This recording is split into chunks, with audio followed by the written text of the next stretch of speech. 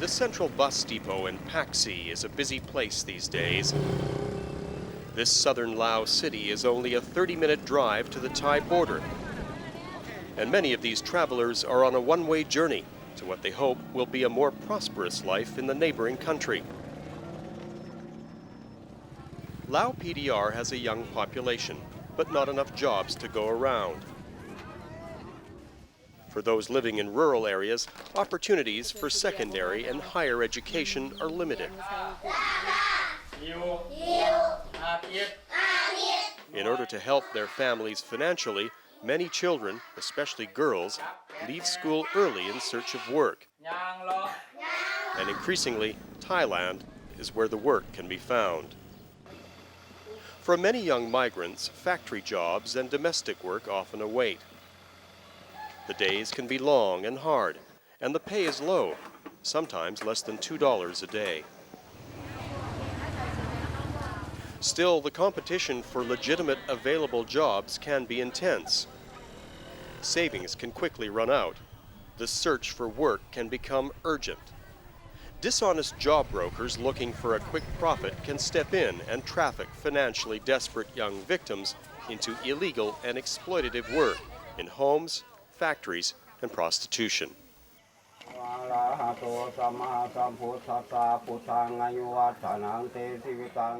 These girls and young women have just returned from Thailand. They were sent back by the Thai authorities after the illegal factory in which they worked was raided by the police. They lost out on back wages and their savings. They now regret ever leaving home. I don't recommend that other girls go to Thailand because it's not our home. If you are lucky, you get a good employer. But if you are not lucky, well, they can do anything they want to you. The Lao government is working to prevent human trafficking and ill-prepared migration. It has formal cross-border agreements with the Thai government to better manage migration flows. And it's working with the International Labor Organization and others to offer alternative income generation closer to home. The government's approach is designed to help people sustain their livelihoods and also raise awareness about our migration policies, he says. If they want to migrate to other countries for employment, they should do so legally to avoid the threat of trafficking.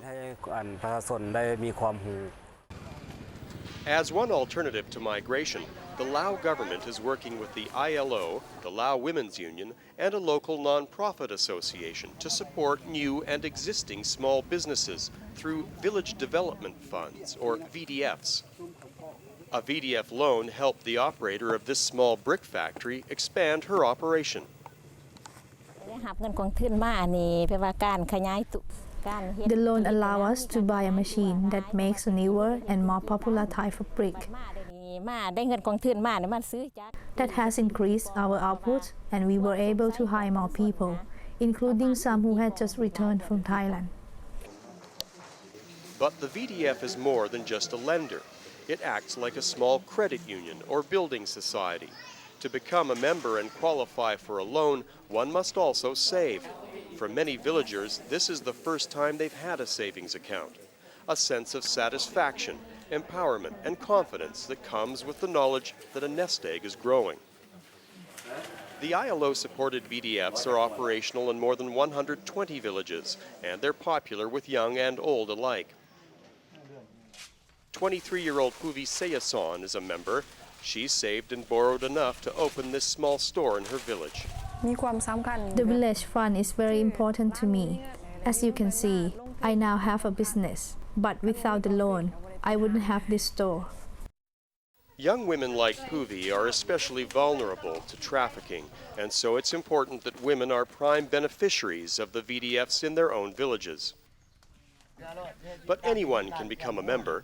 The VDF has helped this young farmer provide a better income for his growing family. I borrowed money only 3 or 4 months ago to raise these pigs, but I hope that by expanding now, I'll profit later. The fund offers villagers a form of direct participation and local empowerment, themes very much appreciated by the members. I think the VDF is a very good idea.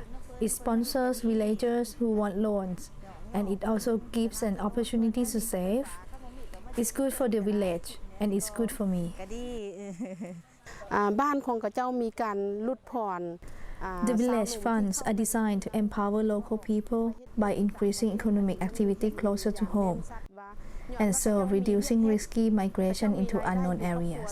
เจ้าก็บ่มีความจำเป็นต้องดิ้นรนไปบ่อนอื่น The VDF members are also being taught new skills like animal husbandry.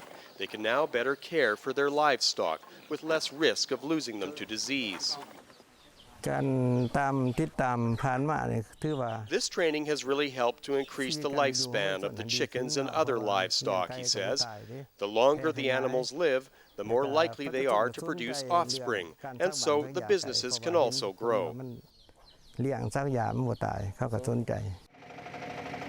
The VDFs are without question very popular with both those who've never left the village, but also for those who've returned.